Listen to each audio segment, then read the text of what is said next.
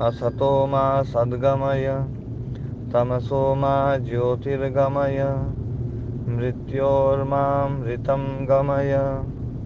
ओम शांति शांति शांति। योग दर्शन की कक्षा में आप सभी का स्वागत है। अब तक तो ये बता दिया कि जो है क्लेश कर्म विपाक आश्रय से रहित है वो, और क्लेश कर्म विपाक से सहित है इस संसार में जितने भी है ना जीवात्मा हैं, वो सारे जीवात्मा जो है वो इन चीज़ों से युक्त हैं। और यहाँ पर ये भी बता दिया कि इसमें जीवात्मा शब्द का प्रयोग भले किया जा रहा है, लेकिन है ये सब चित्त में वर्तमान, ये चित्त के ही है सब कुछ। लेकिन चित्त के होते हुए भी ये सब जो है ना आत्मा में, मतलब आत्मा मतलब जीवात्मा में, पुरुष मतलब संघातात्मक जो पुरुष है उसमें उसका व्यवहार हो रहा है। तो है ना जो है ये इसमें बताया गया। अब इसके बाद में तो यूँ बताया गया कि भैया देखो, ये जो जितने भी चित्त हैं या जीवात्मा है, चित्त से व्यावृत जो आत्म तत्व है या उसको मिला करके जो संघात है, उस संघात की चर्चा करके बता रहे हैं कि जितने भी ये सब हैं ये सब क्लेश कर्म विपाक आशय से युक्त हैं, लेकिन जो है वो इनसे अपरामृष्ट है, वो रहित है, वो पुरुष विशेष है, वो ईश्वर है। अब दूसरी बात एक और बताएंगे कि वो सब युक्त तो हैं, दूसरे जो चित्त हैं वो युक्त तो हैं, पर वो चित्त युक्त होते हुए भी क्या उनमें ये योग्यता है या नहीं है कि वो है ना जो है ना हमेशा युक्त रहें या अयुक्त हो जाएं। तो अब उस विषय को छेड़ रहे हैं कि ये जितने भी चित्त हैं, ठीक है, अविद्यादि क्लेशों से है ना, कर्म से, विपाक से, आशय से युक्त तो रहते हैं, पर इनमें योग्यता है कि ये जो है ना इससे मुक्त भी हो जाते हैं। तो अब इस विषय को है ना उठा रहे हैं। हाँ, अब बोलिए आगे। बहवो ही केवलिना, ऐसा कुछ आएगा ना।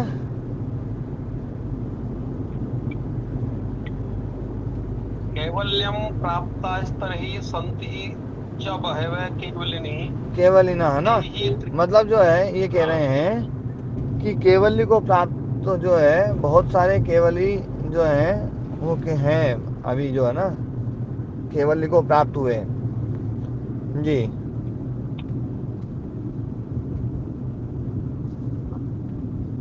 ते हि त्रीणि बन्धनानि छित्त्वा कैवल्यं प्राप्तः। हाँ इससे च तत्संबंधो भूते न भावी।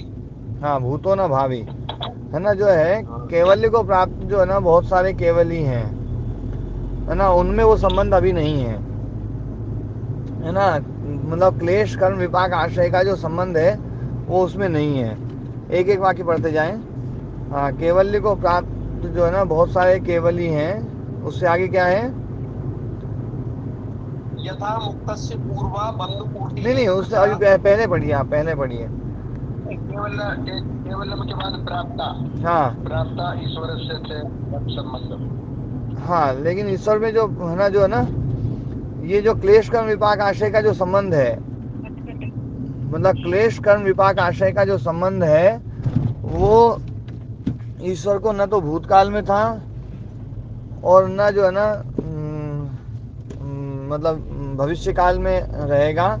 वो सदा मुक्त है, सदा ईश्वर है, ये बात बताने के लिए यहाँ पर बात कह रहे हैं। और दूसरे चित्त जो है ना उनको ये बता रहे हैं कि उनमें जो है ना ये क्लेश कर्म विपाक आशय का जो योग है वो कब कब रहा। तो ये बताएंगे कि क्लेश कर्म विपाक आशय का जो योग रहा है इनको, तो उनको पहले रहा है, बाद में नहीं रहेगा मुक्त पुरुष को। और जो वो बताई थी एक है ना वो कि भव प्रत्यय विदेह प्रकृति लया नाम, ये सूत्र जो पढ़ा था अपन ने, तो ये था कि उसमें जो है असंप्रज्ञात समाधि की अवस्था रहती है, कैवल्य जैसा जो है ना वो स्थिति रहती है। लेकिन चूंकि वो कर्मों का फल है, तो वो जैसे ही फल खत्म होता है तो वो है ना वापस आता है। ये चर्चा अपनी चली थी ना सतीश जी, हाँ है ना। तो ये जो चर्चा चली ना, ये दोनों बात यहाँ पर कही जाएंगी।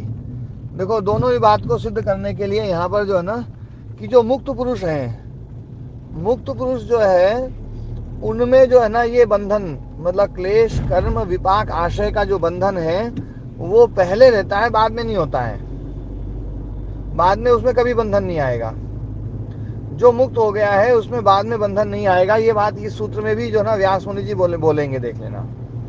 और जो है ना जो है भव प्रत्यो विदेह प्रकृति लया नाम, जो प्रकृति लीन जो लोग हैं, प्रकृति लय वाले जो हैं, उनमें जो है ये जो बंधन है, ये बंधन जो है वो बाद में भी आता है। पहले तो रहता जो रहता, पर बाद में भी आता। वो बाद में भी आता है ये दिखाने के लिए कि किसी में तो पूर्व में भी रहता है और किसी में बाद में भी आता है। लेकिन वो जो ईश्वर है उसमें न तो पूर्व में रहेगा बंधन, न बाद में रहेगा। ये बात दिखाने के लिए यहाँ पर ये बात इन्होंने छेड़ी है। अब इस पैराग्राफ को फिर से पढ़ो। कैवल्यम प्राप्ता सरी संति च बहुवः केवलिनः। कैवल्य को प्राप्त जो है, बहुत सारे केवली जो है ना, जिन्होंने कैवल्य को प्राप्त कर लिया ऐसे हैं। ते ही त्रीणी बंधनानि छित्वा, तीन बंधनों को ना जो है ना छेद करके, तीनों बंधनों को हटा करके कैवल्यम प्राप्ता, कैवल्य को प्राप्त हुए हैं। ईश्वर से तत्संबंधो न भूतो न भावी, ईश्वर में वो जो बंधनों का संबंध है वो न तो न पहले था न आगे रहेगा। यथा मुक्तस्य पूर्वः बंध कोटि ही प्रज्ञायते, जैसे मुक्त पुरुष हैं। ध्यान देना, अब यहाँ पर ये बात जो मैं बोल रहा था ना, ये बात फिर आई है। देखो इसमें कि जैसे मुक्त पुरुष हैं, मुक्त पुरुष जो है पहले बंधन में थे, बंध कोटि पूर्वा बंध कोटि, है ना, मतलब पहले वो बंध कोटि में थे। बंध कोटि, कोटि मतलब अवस्था, बंध अवस्था में थे, है ना। ईश्वर की ऐसी अवस्था नहीं है कि वो पहले बंधन में हो बाद में मुक्त हुआ हो, ऐसा नहीं है। ईश्वर अनादिकाल से मुक्त है। ध्यान देने वाली बात है कि ये जो बंधन वाली जो स्थिति है, जैसे मुक्त पुरुष में पहले बंधन था, बाद में जो है ना उसमें बंधन समाप्त हुआ। लेकिन ईश्वर में ऐसा नहीं है। ईश्वर में बंधन पहले भी नहीं था, बाद में समाप्त हुआ, ऐसा भी नहीं है। वो पहले से ही बंधन रहित है, मुक्त है। मतलब दूसरा कहा है, यथा वा प्रकृति लीनस्य उत्तरा बंध कोटि संभाव्यते नैवम ईश्वरस्य। जैसे प्रकृति लीन, भव प्रत्यो विदेह प्रकृति लयानाम वाले सूत्र में जैसे आया था कि वो है ना मुक्त जैसे कैवल्य जैसे वो रहते हैं, वो एक है ना अलग प्रकार की योनि है। भव प्रत्यय मतलब जन्म से ही वो ऐसे रहते हैं, और जब तक उनका भोग है तब तक वो वैसे रहेंगे। और भोग समाप्त हुआ तो वापस फिर से वो संसार में उनको जो ना फिर से है ना जो है उसमें रहना पड़ेगा। तो उनके लिए यहाँ पर देखो कहा गया है, प्रकृति लीनस्य उत्तरा बंध कोटि ही। प्रकृति लीन के लिए बंधन कोटि फिर से आएगी, बाद में भी आएगी। तो बाद में आएगी, संभावित नैवम ईश्वरस्य, ईश्वर को ऐसा नहीं है कि बाद में ईश्वर जो ना बंधन आए। तो दो बात बताई। देखो, बाद में बंधन किसको आएगा? प्रकृति लीनों को, मुक्त पुरुष को नहीं आएगा। देखो यहाँ पर बिल्कुल साफ साफ इससे संकेत निकाला जा सकता है। योगेश जी, है ना जी, ये साफ साफ संकेत निकल सकता है, नहीं निकल सकता है ये? मतलब आचार्य जी, मुक्त गया सो गया, उसकी पुनरावृत्ति नहीं है। हाँ, मुक्त पुरुष की जो है ना यदि पुनरावृत्ति होती है, वो फिर से बंधन में आता, तो मुक्त पुरुष को है ना प्रकृति लीन के साथ में जोड़ते हैं। प्रकृति लीन के लिए देखो उत्तर में मतलब बाद में बंधन कोटि है, ये बात बता रहे हैं। तो मुक्त पुरुष की जो ना पहले बंधन कोटि है, इसका मतलब है बाद में नहीं है। यहाँ पर बिल्कुल साफ मना किया जा रहा है। यदि बंधन कोटि बाद में भी होती तो मुक्त पुरुष को प्रकृति लीन के साथ में जोड़ करके इसमें यहाँ पर आचार्य ना इशारा करते हैं। लेकिन आचार्य ने जो ना बात कही है वो ये कही है कि मुक्त पुरुष जो है वो ना जो है पहले बंधन में था, लेकिन उसने बंधन को हटा दिया है, अब वो मुक्त हो गया है। तो क्लेश कर्म विपाक आशय से वो भी अपरामृष्ट हो गया है, लेकिन पहले तो बंधन में था। ईश्वर ऐसा नहीं है कि वो क्लेश कर्म विपाक आशय से अपरामृष्ट हो, लेकिन वो पहले रहा हो बंधन में और अब अपरामृष्ट हो गया हो। मतलब ईश्वर का सदा मुक्तत्व, सदा ईश्वरत्व, ये सिद्ध करने का यहाँ पर प्रयास किया जा रहा है कि ईश्वर सदा मुक्त है, सदा ईश्वर है। जो मुक्त पुरुष हैं वो सदा मुक्त नहीं थे, वो पहले बंधन में थे, अब मुक्त हुए हैं। और है ना जो है प्रकृति लीन वाले तो बाद में भी बंधन में आ जाएंगे, लेकिन ईश्वर न तो पहले बंधन में था और न बाद में बंधन में आएगा। ये बात को है ना बताने के लिए, ये बात को सिद्ध करने के लिए आचार्य ने यहाँ पर ये बात कही है। संभावित नैवम ईश्वरस्य स तु सदैव मुक्तः सदैव ईश्वरः, वो सदा ही मुक्त है और सदा ही ईश्वर है। योगेश जी मैं हाँ एक आपसे निवेदन करूंगा कि आप जो ना यदि व्यास भाष्य यदि योग दर्शन का मिल जाए तो कहीं से भी लेकर के फिर उसको भी साथ में रखेंगे ना, तो ये चीज थोड़ी सी और ज्यादा क्लियर होगी। जी ये सूत्र चल रहा है, ये सूत्र चल रहा है 24वां सूत्र। ठीक है सर जी। हाँ जी, है ना। क्लेश कर्म विपाकाशय अपरामृष्ट पुरुष विशेष ईश्वर, ये सूत्र है अपना भी, है ना। ठीक है। तो अब यहाँ पर जो है ना मुक्त पुरुष का जो बंधन कोटि है वो कब रहेगा, पूर्व में या बाद में? बाद में रहेगा महाराज। मुक्त पुरुष का बंधन जो ना पहले रहेगा, पहले रहेगा, और प्रकृति लीन वाले का बंधन जो है ना वो बाद में आ जाएगा, हाँ वो बाद में रहेगा, है ना।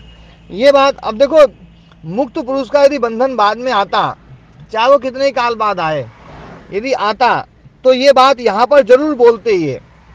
यहाँ पर ये बात बताई है कि देखो मुक्त पुरुष जैसा मुक्त पुरुष है वो भी क्लेश कर्म विपाक आशय से अपरामृष्ट है, लेकिन वो पहले तो बंधन में था, इसलिए वो ईश्वर नहीं है महाराज जी। हाँ जी, फिर बाद में वो भी सर्वज्ञ हो जाएगा क्या, उसकी स्थिति क्या रहेगी? नहीं यहाँ पर अभी कब सिर्फ क्लेश कर्म विपाक आशय से अपरामृष्ट की बात कर रहे हैं। ईश्वर के सर्वज्ञ गुण की चर्चा अगले सूत्र में करेंगे, वहां पर इनको नहीं जोड़ेंगे। अभी ये बताया जा रहा है कि ईश्वर जो ना क्लेश कर्म विपाक आशय से अपरामृष्ट है। तो ये कहा जा रहा है कि भैया अपरामृष्ट तो जो ना मुक्त पुरुष भी है, तो बोले मुक्त पुरुष पहले तो बंधन में था, ईश्वर सदा इनसे अपरामृष्ट रहता है, सदा मुक्त है। ये बात बता रहे हैं यहाँ पर, समझ में आ रही बात, है ना जी। हाँ जी सतीश जी, जी आगे। हाँ ना जी। हाँ अब यहाँ पर ये बात बताई कि वो सदा मुक्त है, सदा ईश्वर है, ठीक है ना।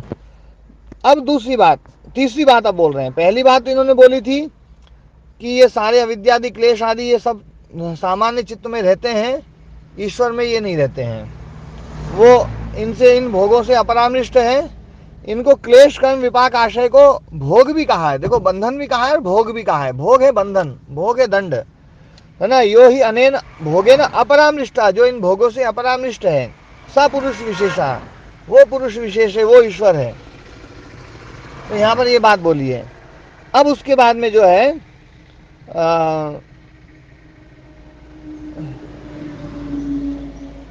दूसरी बात बोली कि जो मुक्त पुरुष हैं उससे भी तुलना करते हैं।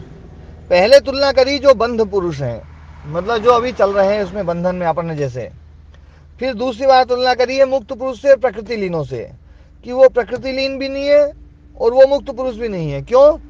क्योंकि मुक्त पुरुष पहले बंधन कोटि में थे, ये तो सदा मुक्त है, और प्रकृति लीन उत्तर में बंध कोटि में आते हैं, ये आगे भी बंधन कोटि में नहीं आएगा, इसलिए ये सदा मुक्त है, सदा ईश्वर है। दूसरी बात बताई, मतलब पहली तुलना सामान्य चित्त है ना, जो है सामान्य जीवात्मा से, दूसरी तुलना उस पुरुष से जो मतलब जो है कैवल्य में पहुंच गए हैं। पहली तुलना हाँ जो कैवल्य में पहुंच गए हैं, प्रकृति लीन हो चुके हैं, उनसे तुलना की गई है। अब तीसरी तुलना, तीसरी बात बता रहे हैं कि ये जो ईश्वर का जो ना उत्कृष्ट सत्व है, उत्कृष्ट सत्व मतलब उत्कृष्ट चित्त, सत्व मतलब चित्त, ध्यान रखना। जो प्रकृष्ट सत्वोपादानात यो असौ प्रकृष्ट सत्वोपादानात ईश्वर से शाश्वती का उत्कर्ष स किम सनिमित्त आहुषित निर्निमित्त इति। बोले आप उसको जो ना प्रकृष्ट सत्व को सदा मुक्त बता रहे हैं, सदा ईश्वर बता रहे हैं, तो ये क्या जो बात है, ये जो ये मतलब बिना प्रमाण के बोल रहे हैं या प्रमाण सहित बोल रहे हैं? ये शाश्वतिक उत्कर्ष जो ईश्वर का है, स किम सनिमित्तः, सनिमित्तः मतलब सप्रमाणः, आहोषित निर्निमित्तः, या ये अप्रमाण है, प्रामाणिक नहीं है? तो बोले कि नहीं प्रमाण है इसका। बोले क्या प्रमाण है? तस्य शास्त्रम निमित्तम, उसका प्रमाण है शास्त्र। तो शास्त्र उसका प्रमाण है। शास्त्रम पुनः किम निमित्तम, तो बोले शास्त्र का निमित्त क्या है, शास्त्र का प्रमाण क्या है? आपने शास्त्र को प्रमाण बता दिया है, तो शास्त्र का भी तो कोई प्रमाण होना चाहिए। तो बोले शास्त्र का जो प्रमाण है वो प्रकृष्ट सत्व है। ये जो प्रकृष्ट सत्व है, जो ईश्वर है, इस ईश्वर के लिए प्रकृष्ट सत्व का प्रयोग किया गया है। मतलब सत्व मतलब चित्त, जो ना प्रकृष्ट चित्त, उत्कृष्ट चित्त, जो सदा मुक्त है, सदा ईश्वर है, जिसका सामर्थ्य अनंत है, जो ऐसी ज्ञान शक्ति है, वो जो ज्ञान शक्ति है, वो ज्ञान शक्ति ही इस शास्त्र के प्रमाण में निमित्त है।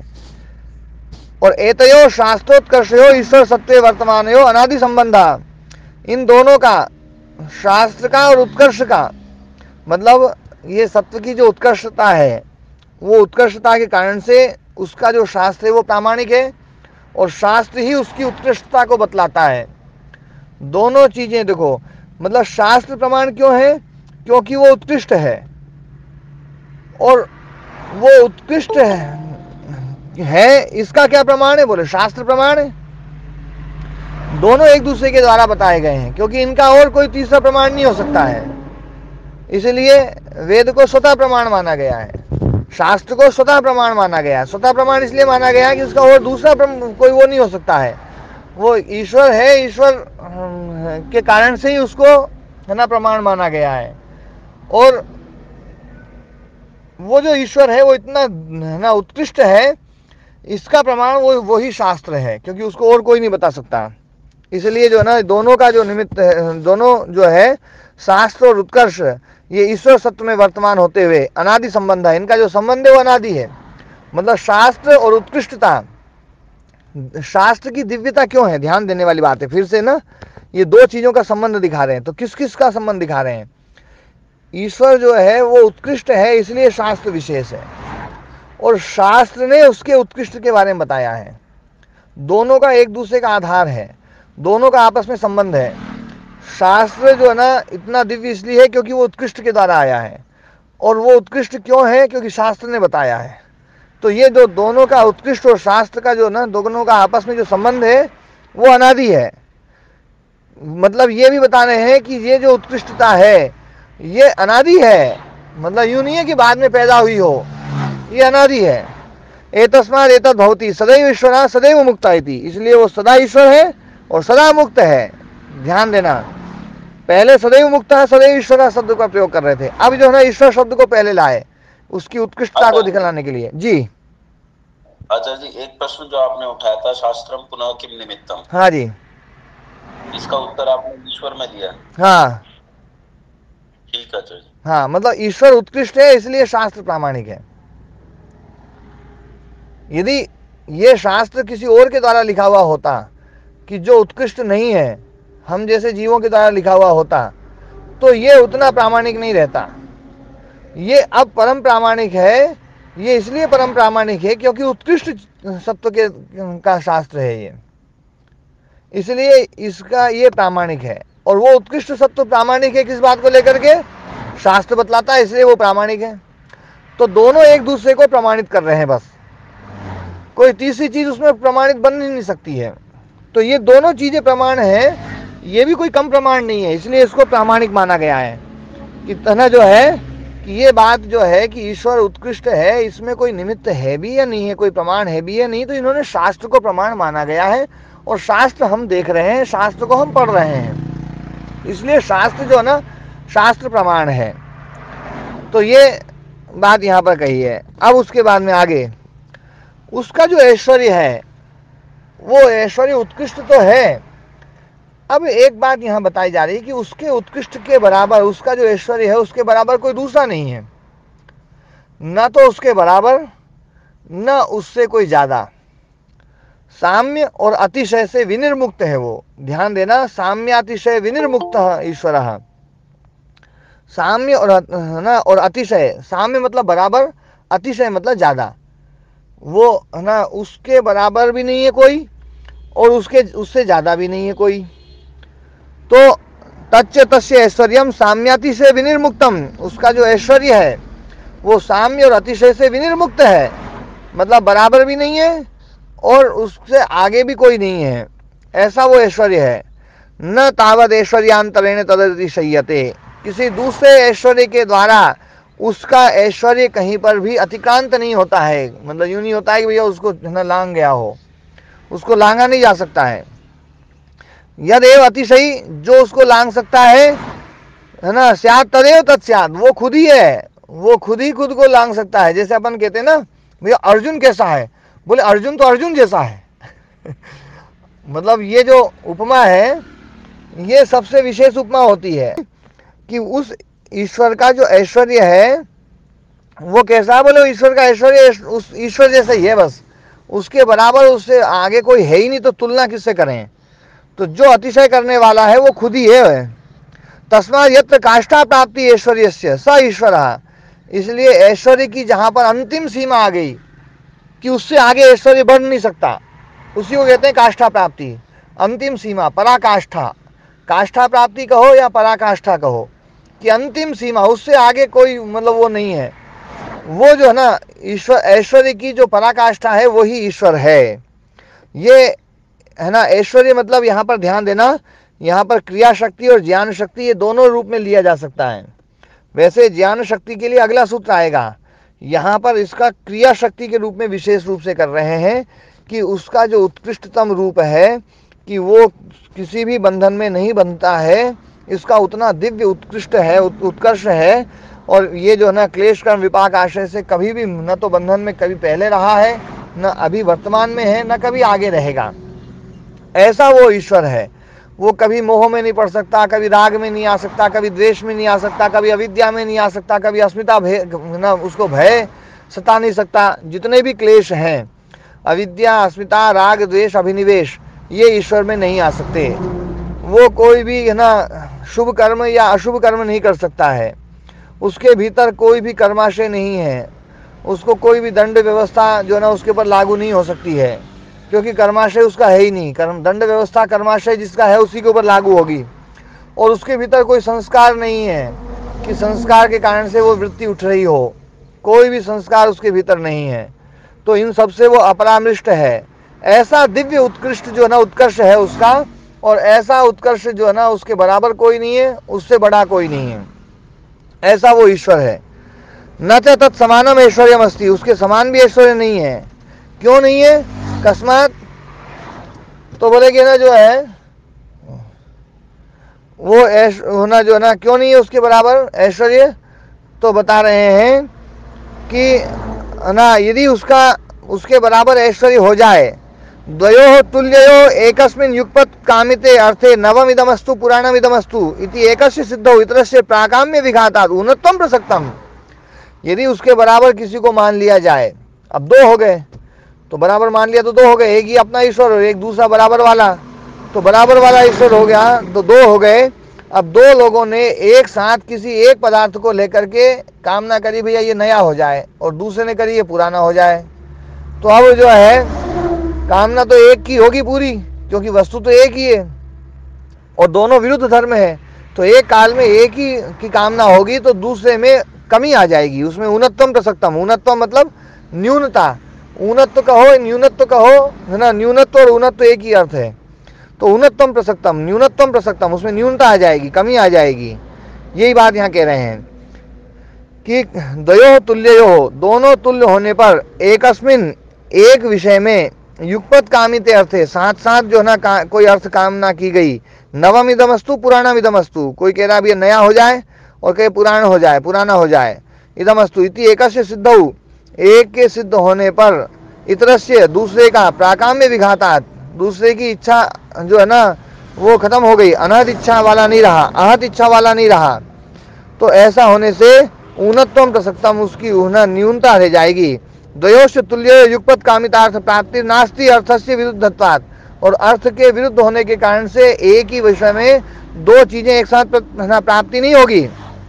तस्मात्, इसलिए यस्य साम्यातिशय विनिर्मुक्तम, जिसके बराबर कोई नहीं है और जिससे बड़ा कोई नहीं है, ऐसा वो है ना। मुक्तम ऐश्वर्यम स ईश्वर, वो ईश्वर है। सच पुरुष विशेषः, वो पुरुष विशेष है, वो ईश्वर है।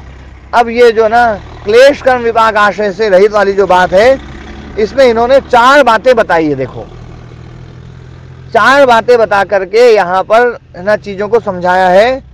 पहली बात बताई है, जो सामान्य चित्त है, सामान्य जीवात्मा है, उससे उसकी तुलना की गई है कि सामान्य जीवात्मा से ईश्वर विशेष है। ये जीवात्मा बंधन में है, क्लेश कर्म विपाक आशय से युक्त है, वो क्लेश कर्म विपाक आशय से रहित है, पहली बात। फिर दूसरी बात बताई कि जो है ना जो मुक्त हो गए हैं या जो प्रकृतिलीन जीवात्मा है, उनसे भी इसकी तुलना नहीं की जा सकती। क्यों नहीं की जा सकती? क्योंकि वो या तो पहले बंधन कोटि में है या बाद में बंधन कोटि में आएंगे, लेकिन ईश्वर न तो पहले बंधन कोटि में था न बाद में बंधन कोटि में आएगा, इसलिए वो सदा मुक्त है, सदा ईश्वर है। दूसरी बात, हाँ जी ओम जी। गुरु जी ये क्यों कह रहे हो कि बाद में बंधन कोटि में आएगा या पहले बंधन कोटि में था? ये बात है ना प्रकृतिलीन और मुक्त पुरुष के लिए दिखाने के लिए बात है। गुरु जी मुक्त पुरुष हो गया तो वो तो उसका अस्तित्व समाप्त हो गया। मुक्त पुरुष जो हो गया है, मुक्त पुरुष में जब मुक्ति हुई है, उससे पहले वो जो पुरुष था संघातात्मक पुरुष, वो बंधन में था या नहीं था? तब था। लेकिन हाँ, अब ये बात बता रहे हैं कि उसमें पहले बंधन था, लेकिन ये जो ईश्वर है इसमें पहले ही बंधन नहीं था, यही बात बता रहे हैं। हाँ गुरु जी ये समझ में आ गई। बस यही बात कर रहे हैं कि देखो मतलब जो बंधन में है उससे तुलना की गई पहले, तो उससे तुलना करके ये बताया गया भैया कि देखो ये तो क्लेश कर्म विपाक आशय से रहित है, वो क्लेश कर्म विपाक आशय से युक्त है। तो किसी प्रश्न वाले ने कह दिया, बोले भैया ठीक है, हम तो क्लेश कर्म विपाक आशय से युक्त हैं, लेकिन जो मुक्त हो गए हैं वो तो क्लेश कर्म विपाक आशय से मुक्त नहीं, अब तो मतलब मुक्ति है, वो तो रहित हैं, उनके जैसा होगा? तो बोले उनके जैसा भी नहीं है, क्योंकि वो मुक्त हो गए हैं, क्लेश कर्म विपाक आशय से रहित हो गए हैं, बिल्कुल सही है, लेकिन वो पहले क्लेश कर्म विपाक आशय से युक्त थे। लेकिन ये जो ईश्वर है ये कभी भी क्लेश कर्म विपाक आशय से युक्त नहीं था। यही बात दिखाने के लिए यहाँ पर जो है तुलना की गई है। आई बात समझ में? जी गुरु जी। हाँ, और इसी प्रकार से प्रकृति लीनों में बताया कि प्रकृति लीनों में तो बाद में भी बंधन आता है। प्रकृति लीन जो है, जो प्रकृति लीन है उनमें बंधन बाद में भी आएगा, लेकिन ये जो ईश्वर है इसमें बाद में भी बंधन नहीं आएगा। मतलब कोई ये मान ले कि भैया चलो पहले बंधन था अब नहीं है बंधन, तो बोले प्रकृति लीन भी ऐसे ही होते हैं? तो बोले नहीं, प्रकृति लीन की तरह भी नहीं होगा, ये बाद में भी बंधन में नहीं आएगा। तो ना जो है न ये मुक्त पुरुष के जैसा है, न ये प्रकृति लीन जैसा है, और न ये बद्ध पुरुष जैसा है। बद्ध पुरुष, मुक्त पुरुष और प्रकृति लीन पुरुष, ये 3 अवस्थाएं हो गई देखो, और तीनों को अपन ने अच्छे से समझ लिया है। तो तीनों प्रकार के पुरुष से ये पुरुष अलग है, इसलिए पुरुष विशेष है। देखो पुरुष विशेष, विशेष मतलब, तो विशेष का मतलब है भिन्न, है ना। विशेषण जो होता है वो भेदक होता है, विशेषण भेदक होता है, भिन्न कर देता है। तो विशेष मतलब भिन्न, पुरुष विशेषा मतलब पुरुष सामान्य पुरुषों से भिन्न। तो भिन्न कैसे भिन्न है? तो ये बताया है कि बद्ध पुरुष से भिन्न ऐसे है, मुक्त पुरुष से भिन्न ऐसे है, प्रकृति लीन पुरुष से भिन्न ऐसे है। बात समझ में आ गई? पुरुष विशेषा, ये पुरुष विशेषा में जो विशेष शब्द था, उस विशेष शब्द का अर्थ है कि सामान्य पुरुष से भिन्न है। तो भिन्न किस रूप में है ये दिखाया है कि ये बद्ध पुरुष जो है उससे अलग है, फिर ये मुक्त पुरुष से भी अलग है, और प्रकृति लीन पुरुष से भी अलग है, इसलिए पुरुष विशेष है। समझिए बात। अब देखो मैं इसमें पूछता हूं, बद्ध पुरुष से अलग क्यों है, कैसे है ये?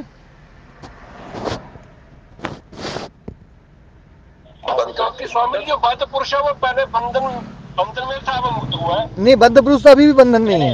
नहीं अभी भी बंधन में है। हाँ, बद्ध पुरुष से अलग कैसे हो? तो पहले भी बंधन में था, अभी बंधन में है, क्योंकि ईश्वर मुक्त है और ये बंधन में है। नहीं, बंधन पुरुष से देखो, बंधन पुरुष से जो भिन्नता बताई वो अलग बताइए। हाँ जी, जी है योगेश जी। तो क्लेश कर्म विपाक इन सबसे बंधा हुआ है ना। हाँ, क्लेश कर्म विपाक आशय से युक्त है बद्ध पुरुष। बद्ध पुरुष क्लेश कर्म विपाक आशय से युक्त है, ईश्वर इनसे अपरामृष्ट है, इसलिए विशेष है। समझ में आई बात? और मुक्त से विशेष ये है कि तो फिर बात आएगी कि भैया चलो क्लेश कर्म विपाक आशय से युक्त है बद्ध पुरुष, इसलिए ईश्वर उससे विशेष है, तो मुक्त पुरुष जैसा हो गया, तो मुक्त पुरुष जैसा हो गया, तो फिर बताएंगे नहीं मुक्त पुरुष से भी अलग है। क्योंकि मुक्त पुरुष जो था वो पहले बंध में था। हाँ, पहले बंधन में था, अब तो मुक्त हुआ, पहले तो बंधन में था। ईश्वर इससे अलग है, क्यों? क्योंकि पहले भी बंधन में नहीं था, है ना जी योगेश जी? जी आचार्य जी। हाँ, आचार्य जी। अब ये बात भाई चलो पहले बंधन में था, अब जो है ना मुक्त हो गया है, तो ईश्वर जो है पहले बंधन में नहीं था, इसलिए मुक्त पुरुष से विशेष हो गया। लेकिन हो सकता है बाद में बंधन में आ जाए, जैसे प्रकृति लीन आते हैं, तो बोले प्रकृति लीन जैसा भी नहीं है। क्यों? क्योंकि प्रकृति लीन बाद में बंधन में आएंगे, ये बाद में भी बंधन में नहीं आएगा। तीनों से विशेषता बताइए, तीनों से भिन्नता बताइए, विशेषता मतलब भिन्नता, तीनों से भिन्नता बताइए, इसलिए पुरुष विशेष है। और ध्यान देने वाली बात है, ये जो तुलना की जा रही है ये संघात से की जा रही है, जो शुद्ध पुरुष है उससे तुलना नहीं है। योगेश जी ये बात बिल्कुल क्लियर है? अच्छा बिल्कुल अच्छे से क्लियर है। हाँ, ये बात जिसको समझ में आ गई ना, वो ईश्वर के स्वरूप के बारे में सही से समझ पाएगा, जो योग दर्शन बता रहा है। मैं ये नहीं कह रहा हूं कि आप लोग ईश्वर के स्वरूप को ऐसा ही माने जैसा योग दर्शन बता रहा है, लेकिन योग दर्शन जो बता रहा है पहले वो समझ लो कि ईश्वर का जो स्वरूप है वो प्रकृष्ट सत्व है। वो इसकी तुलना जो है ना आत्मा से, शुद्ध आत्म तत्व से नहीं की जा रही है कि वो अपरिणामी, वो अप्रतिसंक्रांत दर्शित विषय शुद्ध अनंत, उससे तुलना नहीं की जा रही है। सारी जो तुलना की जा रही है वो क्लेश कर्म विपाक आशय से यो है, वो सर्वज्ञ है, ये अल्पज्ञ है, ये अल्पज्ञ है, वो सर्वज्ञ है ना? इसमें सातिशय है, उसमें निरतिशयता है ना? ये गुरु है कुछ काल के लिए, वो गुरु है सदा सदा के लिए, है ना? यही बात बता करके मतलब इसके साथ में तुलना की जाएगी। जो भी तुलना है ये सब सामान्य जो चित्त है, जो चित्तात्मक जो संघात है, उससे तुलना की जा रही है। ये बात को ध्यान में रखते हुए ईश्वर के स्वरूप को समझने का प्रयास करें। हाँ जी अरुण हरि जी, आप कुछ पूछ रहे थे?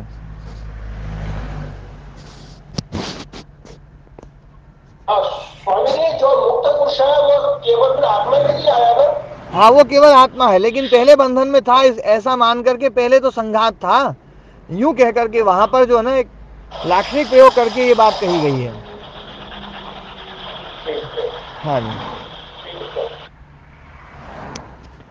अब अगला सूत्र। स्वामी जी, तो शुद्ध पुरुष आत्मा है, वो तो सदा से था और सदा है, वो तो सदा से है, वो तो चित्त में सदा प्रवृत्त होगा ना आत्मा। हाँ, जो कुछ भी है वो उसके साथ में तुलना ही नहीं की जा रही है, नहीं तो वो तो सदा ही एक जैसा है वो उससे कोई तुलना नहीं की जा रही। वो जो आत्मा है ना, वो आत्मा तो चतुर्थ अवस्था है, जो बताई थी ना मांडुक्य उपनिषद मैंने एक बार पढ़ाया था, तो उसमें जो बताया था कि जो उसका जो तुर्य रूप है, चतुर्थ रूप है, वो तो शुद्ध है, शिवम शांतम अद्वैतम, है ना? हाँ, स आत्मा, वो आत्मा है, स विज्ञेय, वो जानने योग्य है। वो आत्म तत्व जो है ना उससे तुलना भी नहीं की जा रही है इसकी। जी हाँ जी, आपने प्रकृष्ट तत्व जो है वो ईश्वर को कहा। हाँ जी, प्रकृष्ट आपने मुक्त आत्मा के चित्त को भी कहा था आचार्य जी। हाँ, प्रकृष्ट सत्व जो है ना, प्रकृष्ट सत्व इस रूप में है, मतलब जो मुक्त पुरुष के लिए प्रकृष्ट सत्व जो ना, बात मुक्त पुरुष के लिए प्रकृष्ट सत्व का प्रयोग वैसे नहीं है कोई, वरना वो है मुक्त पुरुष जो है कि भैया वो भी क्लेश कर्म विपाक आशय से रहित है, इस रूप में उसमें जो ना कि भैया क्लेश कर्म विपाक आशय से वो भी अपरामृष्ट है। तो बोले भैया वो अपरामृष्ट है भले ही, लेकिन पहले तो बंधन में था। इसकी प्रकृष्टता इसलिए है क्योंकि सदा मुक्त है, सदा ईश्वर है, इसलिए ये प्रकृष्ट है। ठीक है ना? हाँ जी, महाराज जी प्रणाम। हाँ प्रणाम जी। महाराज जी, जो प्रकृतिलीन पुरुष है, हाँ जी, इसको भव्य प्रकृति है, हाँ, तो उसको तो फिर मुक्ति की ओर बढ़ना चाहिए दोबारा, फिर वो क्यों इसमें फंस रहा है? देखो वो जो प्रकृति लीन पुरुष है ना, उसको मुक्ति नहीं चाहिए थी, उसको सिद्धि चाहिए थी, विभूति चाहिए थी, उसको विभूति चाहिए थी। क्लियर हो गया। हाँ जी, इसका मतलब उसका संस्कार बैठा हुआ है, केवल वो विभूति चाहता है। हाँ, वो विभूति उसको मिली है, वो विभूति जितने काल के लिए मिली उतने काल तक वो भोगेगा। हाँ हाँ हाँ, मतलब उसके चित्त में बैठा हुआ है कि बस विभूति मिल गई तो मतलब मिल गया मेरे को। हाँ, उसका चित्त रहता है, चित्त समाप्त नहीं होता है। मुक्त पुरुष में तो चित्त ही समाप्त हो जाता है। जी महाराज। जी जी। हाँ, अब आगे किंच, और भी, किंच मतलब क्या है, और भी समझो कि वो ईश्वर जो है वो कैसा है। देखो, ईश्वर प्रणिधानाद्वा, इस सूत्र पर जो ईश्वर शब्द है उस ईश्वर शब्द की व्याख्या ये पहले सूत्र ने कर दी, अब दूसरे सूत्र ने और व्याख्या की जा रही है।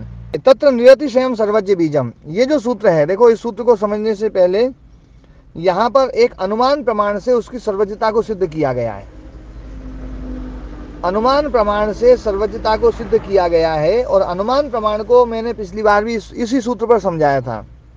वैसे तो अनुमान प्रमाण पहले भी समझाया जा सकता था, लेकिन यहाँ पर चूंकि जो है अनुमान प्रमाण में पूरी जो है पंच अवयवों का उपयोग किया गया है। पंच अवयव जो है प्रतिज्ञा, हेतु, उदाहरण, उपनय, निगमनन, ये विषय जो है ये न्याय दर्शन का है ना। अवयव किसको बोलते हैं, बोले प्रतिज्ञा, हेतु, उदाहरण, उपनय, निगमनानि अवयवाः।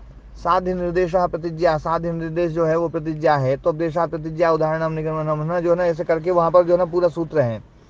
तो वो पंचावयव जो है वो थोड़ा सा समझने की बात है। तो पंचावयव समझ करके इसमें यहाँ पर ये समझाया जाएगा ईश्वर की सर्वज्ञता को। तो है ना जो है पंचावयव यदि समझना हो तो वो समझाऊं, नहीं तो फिर सूत्र को ही समझाऊं।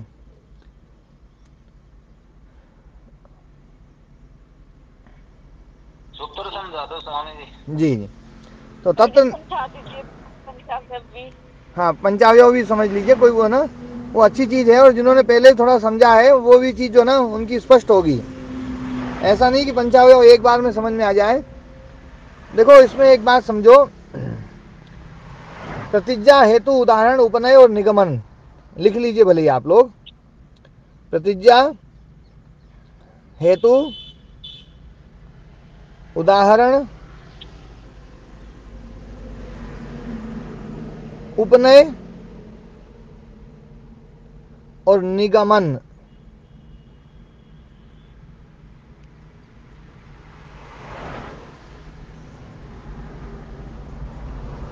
प्रतिज्ञा है जो आपको सिद्ध करना है, जो आपको सिद्ध करना है, साध्य का निर्देश करना। साध्य मतलब एक होता है सिद्ध और एक होता है साध्य।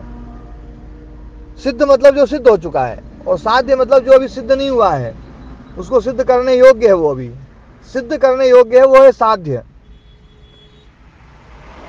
जैसे ईश्वर सर्वज्ञ है, अब ये जो वाक्य है ईश्वर सर्वज्ञ है, ये तीन शब्द बोले हैं मैंने, इसमें साध्य कौन है जी?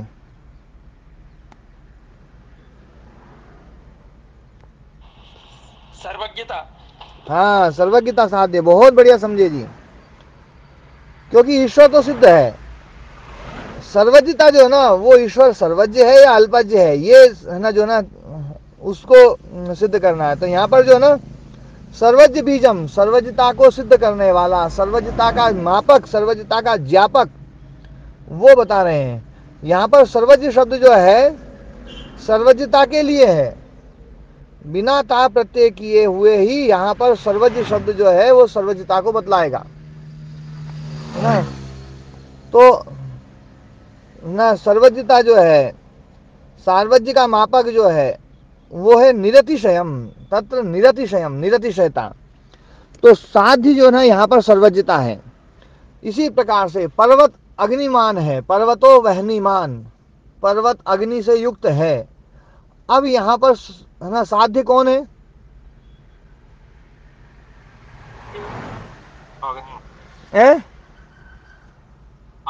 अग्नि, क्योंकि पर्वत दिखाई दे रहा है, अग्नि दिखाई नहीं दे रही है।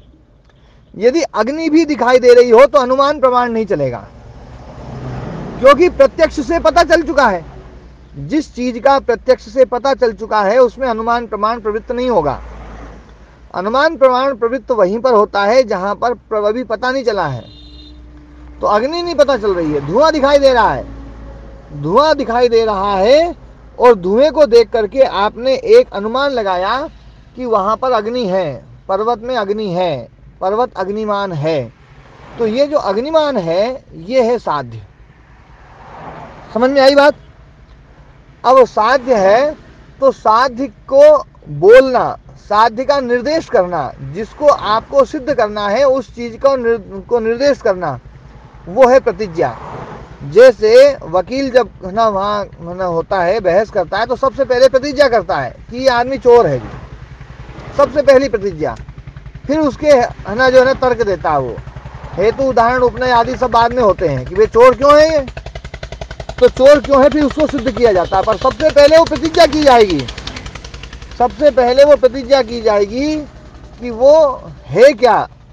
तो ऐसे ही हम जो है साध्य का निर्देश करते हैं, साध्य को जो समझना, साध्य जिसको हमें सिद्ध करना है उस चीज का हम जो है निर्देश करते हैं, वो है प्रतिज्ञा। साध्य निर्देशा प्रतिज्ञा, है ना। तो साध्य का निर्देश करना वो प्रतिज्ञा है। उसके बाद में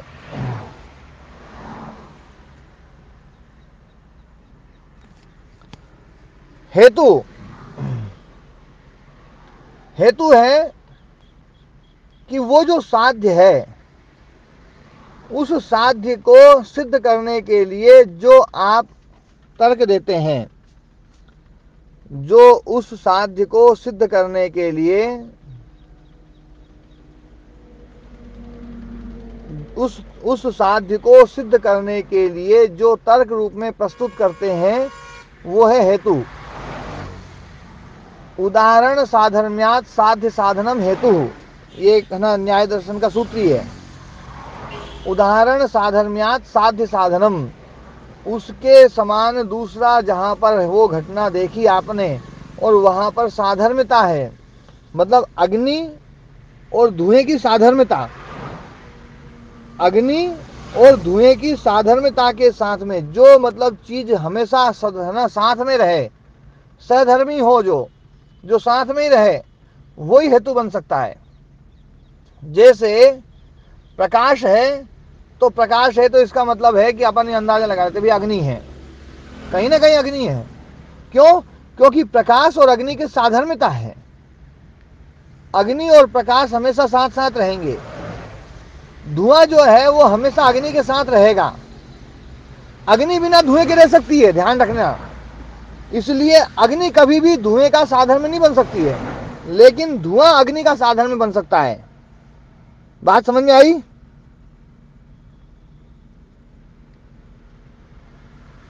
है ना?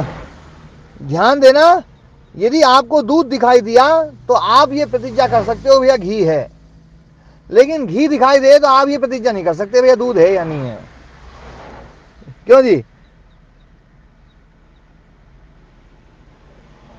जहां जहां दूध है वहां वहां घी जरूर है। अब आजकल जो ना थोड़ा सा क्या हो गया है, क्रीम निकाल दिया जाता है, वो एक अलग चीज हो गई है। यदि वो हो गया है तो फिर वो है ना वो प्रतिज्ञा कट जाएगी, वो फिर है ना वो मतलब जो है ना साधन में कट जाएगा, तो हेतु नहीं बन पाएगा। लेकिन जो है ध्यान देना, धुएं में, वो अग्नि में धुआं जो है ना साधन में रहेगा, क्योंकि जहां जहां धूम होता है वहां वहां अग्नि जरूर होती है। इसको बोलते हैं व्याप्ति। ध्यान देना, यह है व्याप्ति। यत्र यत्र धूमः तत्र तत्र वह्नि, जहां जहां धुआं होता है वहां वहां वहनी जरूर होती है। यह है व्याप्ति। व्याप्ति हेतु बन सकती है, जहां व्याप्ति नहीं है वो हेतु नहीं बन सकती है।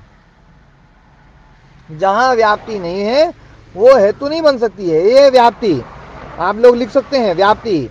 यत्र यत्र धूमः तत्र तत्र वह्नि, व्याप्ति में साधर्म दिखाया जाता है कि ये हमेशा सधर्म रहते हैं, साधर्म है इनका, ये ना ये सहधर्मी है, ये उससे अलग रह ही नहीं सकता है। धुआं बिना अग्नि के रह ही नहीं सकता है, अग्नि होगी तभी धुआं रहेगा। इसलिए ये हेतु के रूप में प्रयुक्त होता है जो साधर्म है। साध्य साधर्म्यात् तद्धर्म भावी दृष्टा, है ना जो ना उदाहरण साधर्म्यात् साध्य साधनम हेतु, उदाहरण के साधर्म से, जैसे उदाहरण लिया हमने पाकशाला कि पाकशाला में हम देखते हैं कि जब जब धुआं होता है तब तब अग्नि जरूर होती है। हाँ, जब जब अग्नि हो तब तक धुआं ये नहीं होता है, ये है ना व्याप्ति नहीं बनेगी, क्योंकि अग्नि का साधन में जो है वो धुआं नहीं है, धुएं का साधन में अग्नि है, धुएं का साधन में अग्नि है, प्रकाश का साधन में है ना जो ना अग्नि है ना जो है। जो साधन में होता है वो जैसे गति है तो देशांतर प्राप्ति, जहां जहां देशांतर प्राप्ति है वहां वहां गति जरूर है, क्योंकि गति का साधन में देशांतर प्राप्ति, देशांतर प्राप्ति का साधन में गति है ये ना। तो जहां जहां देशांतर प्राप्ति वहां वहां गति, या जहां जहां गति वहां देशांतर प्राप्ति, यहाँ दोनों चीज है ना आपस में बन जाएगी। तो साधन में जो है वो होता है जो उसके साथ रहे, उससे अलग रहे ही नहीं, जो वो है साधन में। तो साधन में के द्वारा जो है साध्य को सिद्ध करना ये है हेतु। तो यहां पर अग्नि को सिद्ध करना है तो हमने हेतु के रूप में लिया है धुएं को, तो धुआं हेतु हो गया। उसके बाद में वो जो हेतु है तद धर्म भावी दृष्टांता उदाहरणम, वो जो धर्म था, वो जो धुएं का जो साधन में अग्नि है, वो दोनों जहां पर हैं, तद धर्म भावी दृष्टांता, वो धर्म जिसमें है, तद धर्म मतलब वो साधन में धर्म जहां पर है वो है उदाहरण। धुआं जहां पर आप देखेंगे वो दृष्टांत रूप में प्रयोग करना, यही उदाहरण है। जैसे पाकशाला में धुआं दिखाई दिया और धुआं के साथ में अग्नि दिखाई दी, तो तद धर्म भावी वो धर्म, उस धर्म वो धर्म भाव वहां पर दिखाया है, ऐसा दृष्टांत का प्रयोग करना, यह है उदाहरण। और उस उदाहरण को उस के साथ में जोड़ना वो है उपनय, दोनों को करीब लाना। जैसे पाकशाला में है वैसे ही पर्वत में है, इन दोनों को आपस में कनेक्ट कर देना, इसको बोलते हैं उपनय। उपनय मतलब समीप लाना, उपनयन संस्कार हम बोलते भी हैं। उपनयन मतलब शिष्य गुरु को अपने समीप में लाता है उस संस्कार के द्वारा, तो शिष्य गुरु के समीप जाता है, वो वही प्रक्रिया है, वही उपनयन है। तो उपनय मतलब उदाहरण को हमने पक्ष के साथ में युक्त कर दिया, पक्ष के साथ में जोड़ दिया। हमारा जो पक्ष है वो है ना पर्वत, पर्वत जो है वो पक्ष है, ध्यान देना। और जो वहनी है अग्नि है वो है साध्य, और धुआं है हेतु, और उदाहरण है जो है वो पाकशाला जो दृष्टांत दिया जा रहा है। और इस पाकशाला को उस पर्वत के साथ में जोड़ना, यही है उपनय। और उसके जोड़ करके बाद में फिर अंतिम रूप में निचोड़ में फिर से प्रतिज्ञा कर दी कि भैया इसलिए पर्वत में आग है, ये है निगमन। मतलब साध्य का निर्देश दोबारा कर देना। जैसे वकील सारे तर्क दे दा करके और फिर कहे बोले भैया इसलिए ये चोर है, ये जो बाद में प्रतिज्ञा फिर से दोहराई, इसको बोलते हैं निगमन। समझ में आया बात? ये बात समझ में आई सबको, है ना? ये उपमान अनुमान प्रमाण जो है इसका प्रयोग बहुत ज्यादा होता है। इस सूत्र में अनुमान प्रमाण का इस रूप में प्रयोग किया गया है, इसलिए ये चीज समझ करके फिर हम जो है ना इस सूत्र को पढ़ेंगे तो सही समझ में आएगा। अब देखो ध्यान दो, कल इस सूत्र के बारे में थोड़ी चर्चा करेंगे, उससे पहले आपको ये चीज समझ में आनी चाहिए कि ईश्वर सर्वज्ञ है, ये है प्रतिज्ञा। और प्रतिज्ञा में साध्य कौन है? सर्वज्ञता। सर्वज्ञता साध्य है। ईश्वर जो है वो पक्ष हो गया पर्वत के जैसा। जैसे पर्वत अग्निमान है तो अग्नि जिसमें सिद्ध करनी है वो पर्वत, वो पक्ष हो गया, इसलिए यहाँ पर ईश्वर पक्ष है। और जो सर्वज्ञता है ये साध्य है। और हेतु लिया जाएगा, जो हेतु है वो निरतिशयता, निरतिशयता हेतु है। और जो उदाहरण लिया जाएगा वो परिमाण लिया जाएगा, है ना, परिमाण के समान, परिमाणवत। परिमाण में भी जो ना ऐसी होता है। और उपनय परिमाण को सर्वज्ञता के साथ में जोड़ना, वो जो है वो उपनय होगा। और फिर से कह देना बोले भैया इसलिए ईश्वर सर्वज्ञ है, ये निगमन होगा। ये पूरी प्रोसेस है, कल इस पर चर्चा करेंगे।